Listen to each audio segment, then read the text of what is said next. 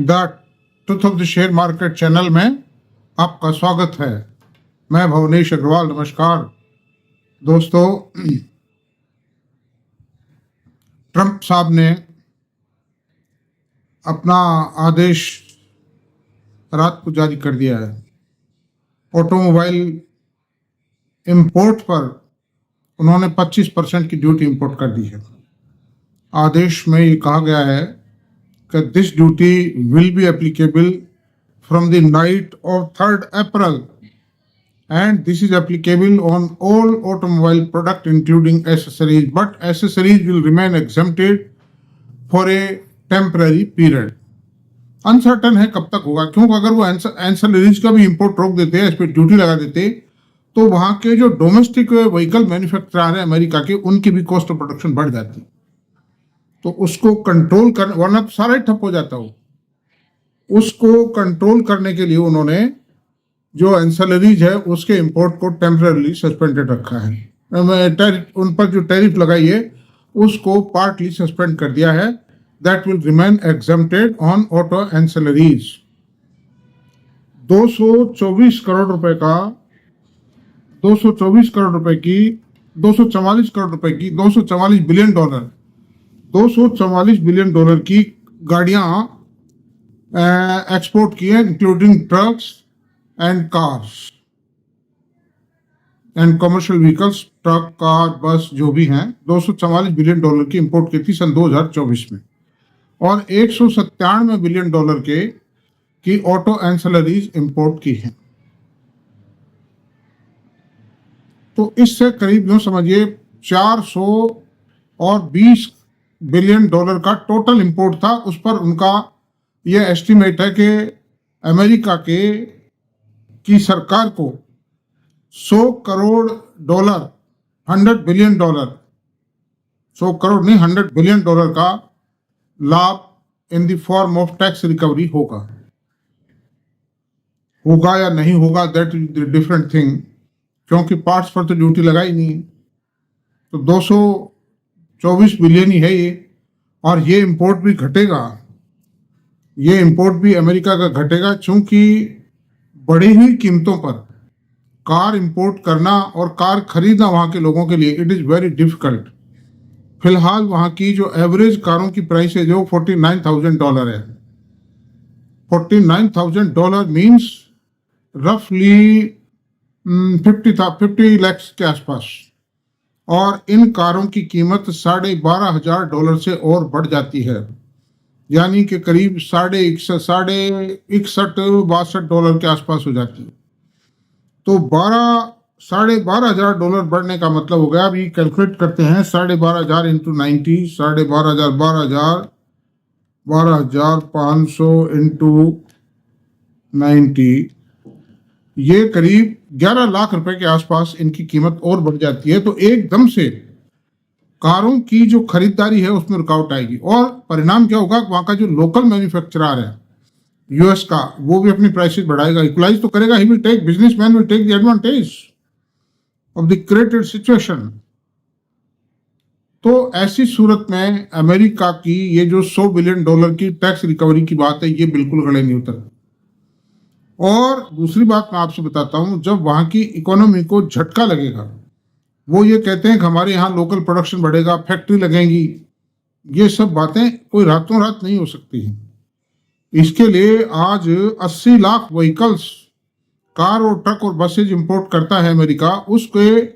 उसके प्रोडक्शन के लिए प्लांट एंड मशीनरी और फैक्ट्री इंस्टॉल करने के लिए at least a period of 10 years से रिक्वायर्ड। ये कैसे पॉसिबल है, मैं आपसे बता रहा हूं। तो एक बार तो सारी व्यवस्थाएं गड़बड़ाएंगी, और इस पे झटका भी, इसके पर रिलैक्सेशन भी इनको देने पड़ेंगे।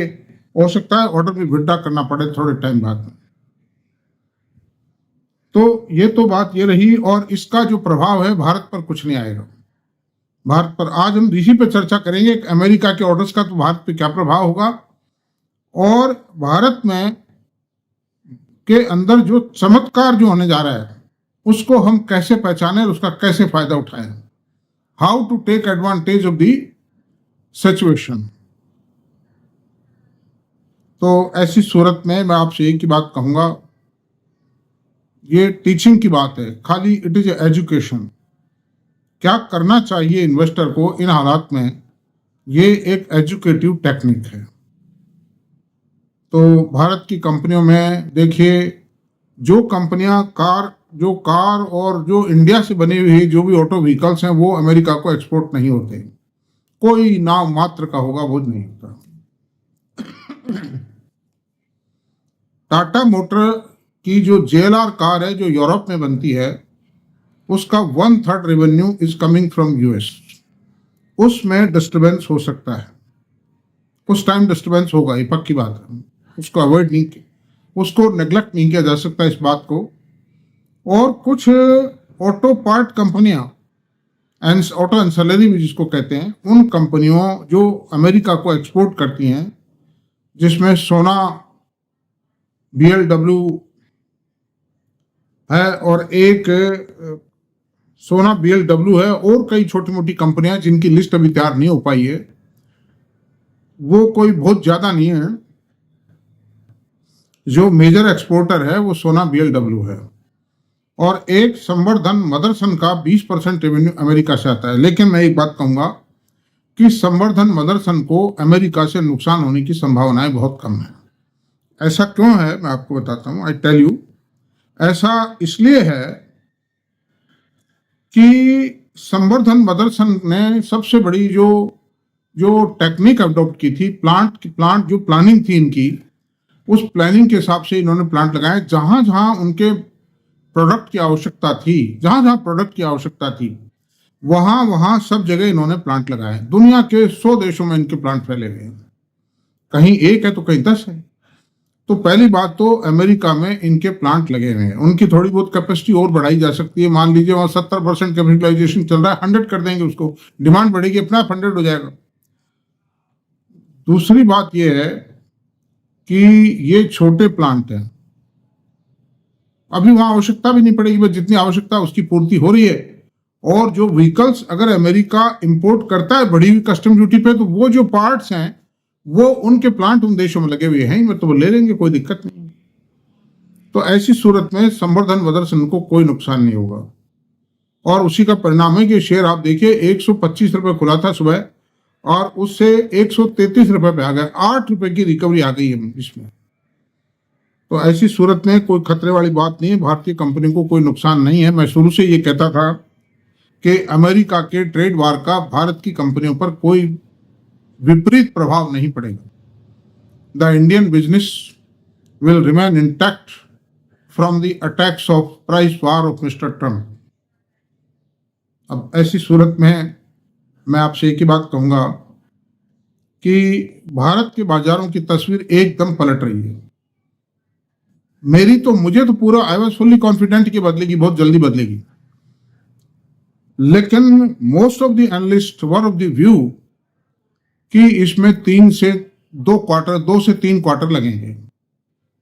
कोई कहता था 1 से 2 क्वार्टर लगेंगे इसको। और ये बात सही है, पूरी रिकवरी आने में जितने लॉसेज हुए हैं उनको रिकवर होने में तो 1-2 क्वार्टर तो लगेंगे, क्योंकि सरकार ने जो कुछ किया है, RBI ने जो कुछ किया है, उसका प्रभाव ट्रांसमिट होने में समय तो लगता है। लेकिन फिर भी रिकवरी चालू हो गई है। और रिकवरी के कारण क्या है मैं बताता रहा हूं, मैं फिर बता देता हूं फॉर योर रेडी रेफरेंस। पैसा, एक तो चमत्कार ये हुआ कि डॉलर की प्राइस घट गई है।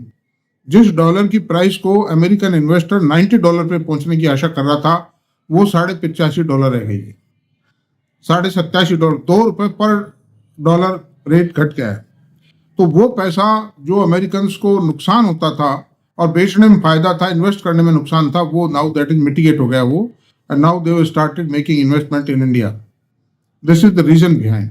दूसरी बात, अमेरिका के अंदर अनसर्टन सर्कमस्टेंसेज है एंड मंदी इज एक्सपेक्टेड देयर, इसलिए वो पैसा वहां ना लगा के इंडिया में लगाएंगे या कोई और दूसरे देशों में लगाएंगे, लेकिन इंडिया में भी लगाएंगे, इंडिया के अंदर भी लगाएंगे। जो 9 लाख करोड़ रुपया पिछले 4-5 सालों में ले गए हैं, आप देखिए उसमें से 3-4 लाख करोड़ रुपया मैं समझता हूं, संभावना है, कोई पक्का नहीं होता है शेयर बाजारों में, हालात के हिसाब से आकलन किए जाते हैं, 2-3 लाख करोड़ रुपया इंडियन मार्केट्स में करंट कैलेंडर ईयर के अंदर या करंट फाइनेंशियल ये आने वाला फाइनेंशियल ईयर जो 1 अप्रैल से शुरू हुआ, इसमें लग सकते हैं।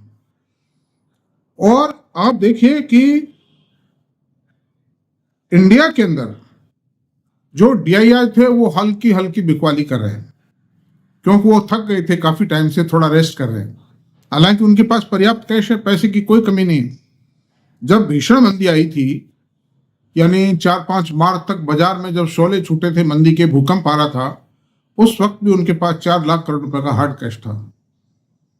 और उसके बाद पैसा और आया है। लोगों ने मंदी के अंदर लमसम लगाया, मैंने लगाया है, मेरी फैमिली मेंबर्स है, मेरे रिलेटिव्स, और मैंने सबको कह के लगवाया उनका पैसा।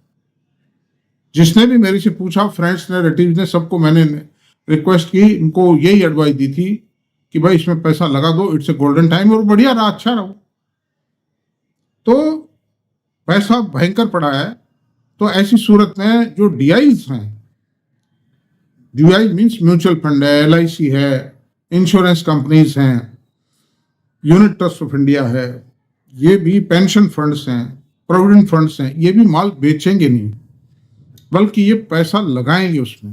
क्योंकि बढ़ते बाजार में अगर ये भी खरीदारी नहीं करेंगे, ज्यादा डिले करते हैं, तो इनकी जो परफॉर्मेंस देने की जिम्मेदारी है, वो जिम्मेदारी ये नहीं निभा पाएंगे। तो इस तरह से बाजार में एक बहुत बड़ा चमत्कारी की स्थिति बनेगी। FIs भी खरीदेंगे और DIs भी खरीदेंगे, इसकी संभावना है। मैं ये नहीं कहता हूं होगा ही, सारे कैलकुलेशंस, हालात के हिसाब से अंदाजा लगाया जाता है। जो भी अनुमान होता है अंदाजा है, स्टडीज है। तो ड्यूअल बाजार में जब बाइंग क्रिएट होगी, फिर HNIs भी खरीदेंगे। बढ़ते बाजार में सब खरीदते हैं, गिरते में कोई नहीं खरीदता है। तो ऐसी सूरत में इस देश में, भारत में शेयर बाजारों में एक अच्छी खासी बाहर आने की संभावना है। अब आप क्या करें इसमें? आपको 2 ही काम करने हैं। एक तो जो आपके अच्छे जो शेयरों की होल्डिंग है, बढ़िया कंपनियां हैं, ग्रोथ कर रही हैं, डिविडेंड दे रही हैं, अच्छे मैनेजमेंट है, अच्छी टेक्नोलॉजी है, उनको होल्ड किए रखिए। उनसे छेड़खानी मत कीजिए, घबराइए मत कि साहब अभी बाजार उठाए बेच लो वरना फिर गिर जाएगा, ऐसा कुछ नहीं है। आराम से होल्ड कीजिए, मैं जब तक समझता हूँ।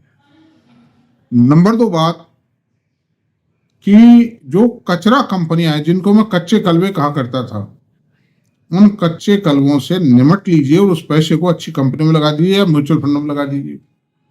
अच्छे म्यूचुअल फंडों में लगाइए जिनके अंदर ग्रोथ आ रही है। जो नामी ग्रामी एसेट मैनेजमेंट कंपनीज हैं उनमें लगाइए आप, और वो ग्रो करेंगी, आपको फायदा मिल जाएगा। तेजी का, आती हुई तेजी का फायदा मिलने के पूरे चांसेस हैं। तो अंडर दीज सर्कमस्टेंसेस दोस्तों, और बाजार में मैं फिर बता दूं आपको बढ़त के रीजन क्या है। एक तो अमेरिका में अनसर्टन सर्कमस्टेंसेज है, इसलिए रात को भी अमेरिकन मार्केट गिरे हैं। मैं आपसे बता रहा हूं, डॉ जोन्स 132.71 पॉइंट गिरा है, नैस्डैक 370 पॉइंट गिरा है, और S&P 500 का इंडेक्स 64.12 पॉइंट गिरा है। इसके ये ऑर्डर आ रहा था, ये ऑर्डर आया होगा, मार्केट क्लोज होते होते आएगा, एग्जैक्ट टाइम तो मुझे नहीं पता है। तो वहां सेलिंग आ गई, बाजार गिर गया।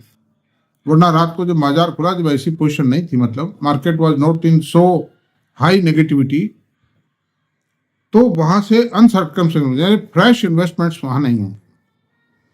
और उनको, अब इन्वेस्टर को तो वो जो फाइनेंशियल इंस्टीट्यूशंस हैं वो भी लायबल टू परफॉर्म है। इसलिए पैसे को इन्वेस्ट करेंगे और वहां इन्वेस्ट करेंगे जहां की ब्राइट चांसेज है।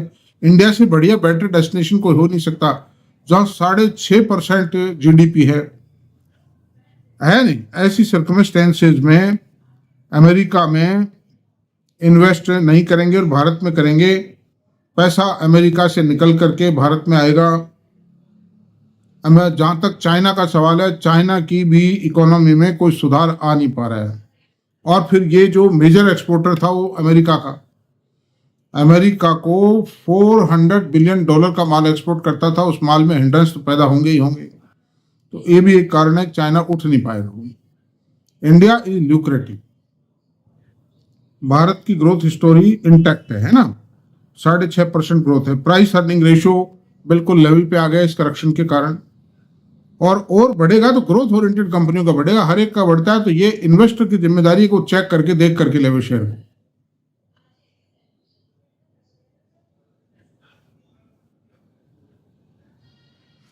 ये ऑलरेडी करेक्टेड मार्केट है। ठीक है, अब कुछ कंपनियों का ऊपर है तो उनकी अपनी मेरिट्स भी होंगी, मतलब ये कंपनी टू कंपनी देखना पड़ेगा, जनरल बात नहीं की जा सकती। आज मैं कहता हूं बैंक निफ्टी का पी रेशो 18 का है, 18.5 का। निफ्टी का पी रेशो 21 के आसपास है। ये मोस्ट रीजनेबल पी रेशो है। और अगर ये शेयर बढ़ते हैं और इंडेक्स बढ़ता है तो पी रेशो बढ़ेगा, तो इनकी मतलब प्रॉफिटेबिलिटी भी बढ़ेगी। उसके कारण पी रेशो 22.5 से ऊपर नहीं जा पाएगा। भाव जब भी बढ़ेंगे जब ग्रोथ आएगी, और ग्रोथ आएगी तो पी रेशो कंट्रोल में रहेगा, क्योंकि अर्निंग बढ़ेगी ना, इसलिए पी रेशो कंट्रोल में रह जाएगा। लिक्विडिटी पर्याप्त अवेलेबल है। आरबीआई ने बाजारों में लिक्विडिटी कर दी है। फाइनेंशियल इंस्टीट्यूशंस के, डोमेस्टिक इन्वेस्टर्स के पास में जो म्यूचुअल फंड वगैरह है, इनको रेगुलर जो डीआई वो जो एसआईपी जारी, कोई थोड़ी बहुत डिसकंटिन्यू हो गई थी वो सब कंटिन्यू कर जाएंगे, वापस रेस्टोर हो जाएंगी बाजार के हालात के कारण। इन्फ्लेशन अंडर कंट्रोल है, इन्फ्लेशन अंडर कंट्रोल है बिल्कुल, और गिरेगा इन्फ्लेशन। और दूसरी बात यह है कि अब जैसे सरकारी गवर्नमेंट एम्प्लॉइज की जो डीए की इंस्टॉलमेंट थी इफेक्टिव फ्रॉम जनवरी, वही 2% आ रही है। मतलब 2% आई नहीं, बरसों हो गए। मतलब ये कम से कम 8-9 साल बाद आ रही है 2% की। इट शोज कि inflation is strictly under control. Interest rates गिरती चली जा रही हैं, गिरी हैं। अभी और 6-7 तारीख को आरबीआई की मीटिंग होगी। संजय मल्होत्रा साहब ने वो मीटिंग फिक्स कर दिया, आरबीआई गवर्नर साहब ने, तो 6-7 तारीख को मीटिंग और गिरेंगी। तो all factors of the economy are in favour of the share market, hence it is better to think with a positive eyes on the market. तो दोस्तों इतना ही रहने देते हैं, चर्चा बहुत अच्छी हो गई आज। आप सावधान रहें और अपना काम तरीके से करें to take advantage of this situation. Thank you very much. Subscribe करने अगर पसंद आया।